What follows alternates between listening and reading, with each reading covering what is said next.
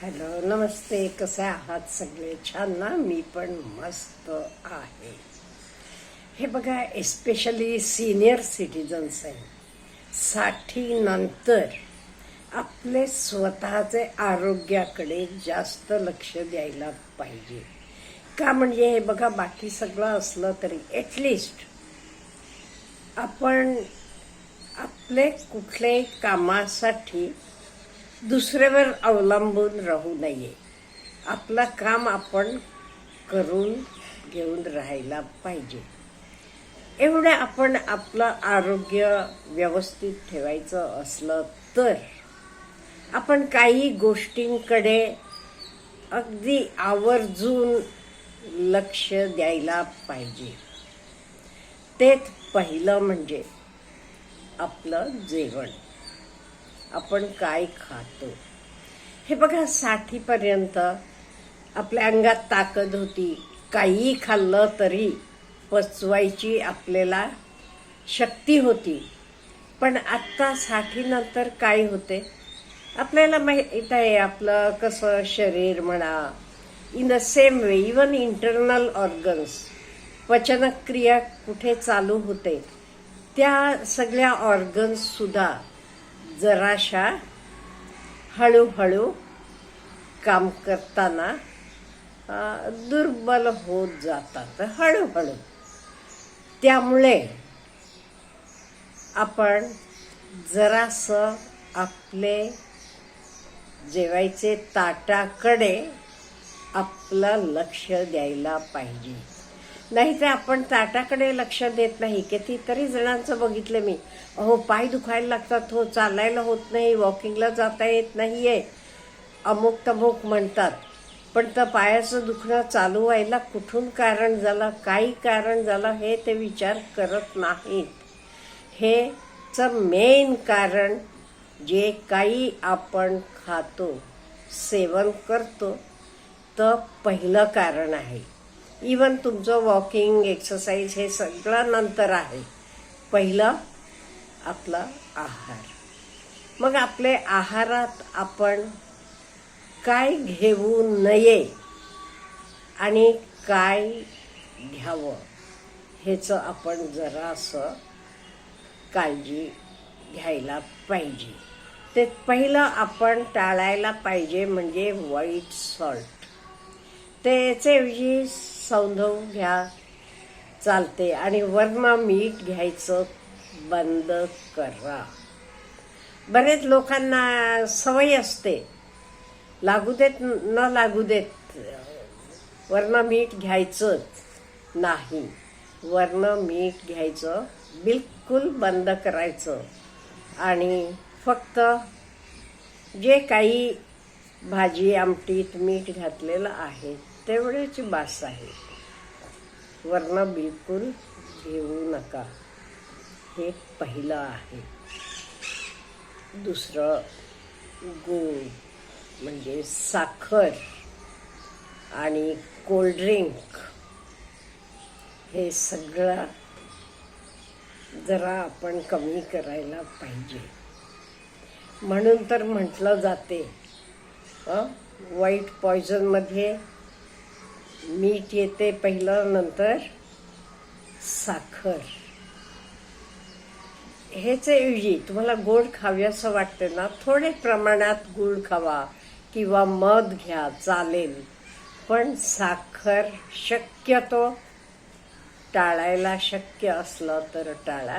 किंवा खाल्लं तरी अगदी, आता एखाद गोष्ट आपल्याला आवडते, लाडू आवडतो, एखाद लाडू खावा. पण यंग असताना तुम्ही कसं ताटभर खात होता तसं काही खात बसू नका. पुढचं तळलेलं.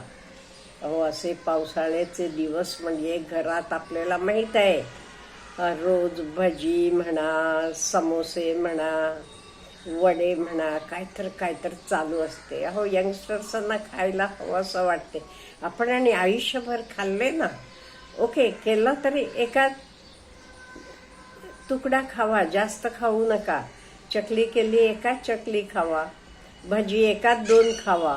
म्हणून पोटभर नुसती भजी खायची असं करू नका. म्हणजे तळलेलं कुठलंही कमी करा.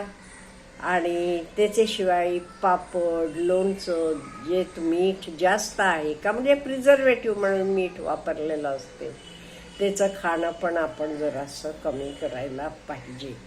आणि उन्हाळ्यात फ्रीजचं पाणी पिणं बंद करा. तुम्हाला गार पाहिजे ना, माठ ठेवा, का म्हणजे वात दोष वगैरे फ्रीजचे पाण्यामुळे होते म्हणतात. आणि प्रोसेस्ड पॅक बंद आलेलं तर बिस्किट असेल टीनमध्ये, हल्ली तरी बघा आंबे नसले तरी आपल्याला आमरस मिळतो टीनमध्ये तयार येतोय. त्यामुळे हे सगळं आपण बंद करायला पाहिजे. आता आमच्याकडे हे पाऊस पडल्यामुळे बघा किती माश्या यायला लागल्यात. त्याला औषध टाकलेलं आहे तरी काही तशा कमी होत नाहीत. त्यामुळे आपण जराशी ह्या सगळ्या गोष्टींची काळजी घ्यायला पाहिजे. आणि मग आपण काय करावं, काय खावं, का म्हणजे हे खाऊ नका तर खाऊ नका ठीक आहे. मग आपण काय हेल्दी राहायला, 60 नंतर फिट अँड फाईन राहायला काय करायला पाहिजे.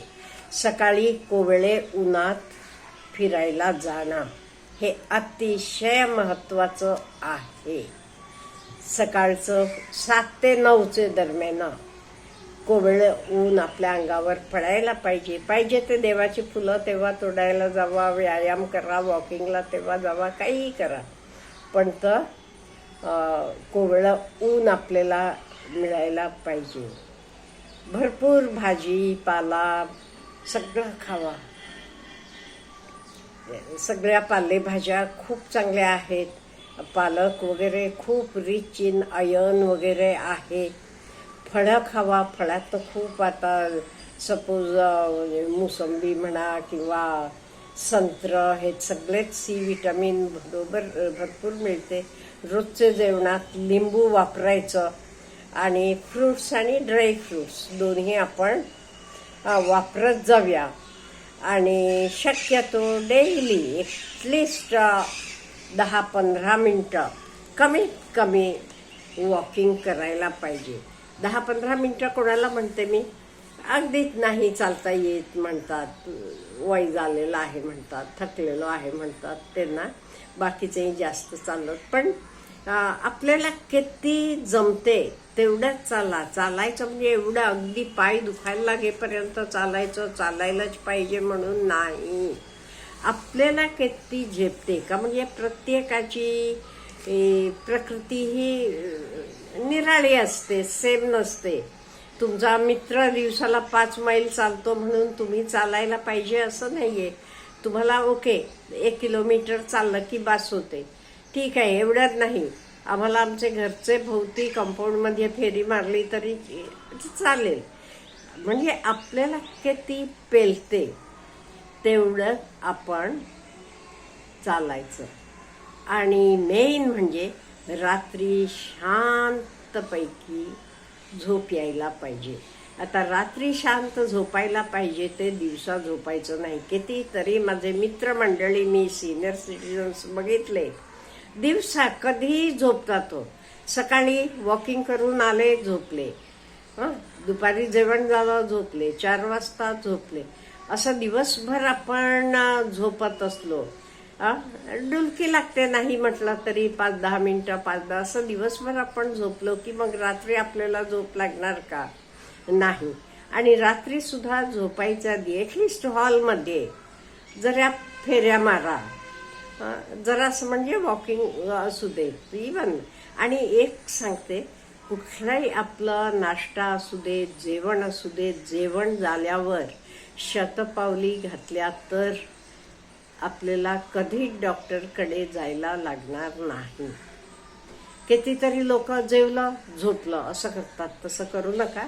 जेवल्यावर ॲटलिस्ट शतपावली टाका. कुठे बाहेर जायला नको असलं की तुमच्या हॉलमध्ये फेऱ्या मारा आणि नंतर झोपायला जावा. एवढं केलं का नाही, मला वाटते इवन 60 नंतर सुद्धा आपलं आरोग्य चांगलं राहते. आणि आरोग्य म्हणजे दोन्ही पाहिजे आपल्याला, फिजिकल आणि मेंटल.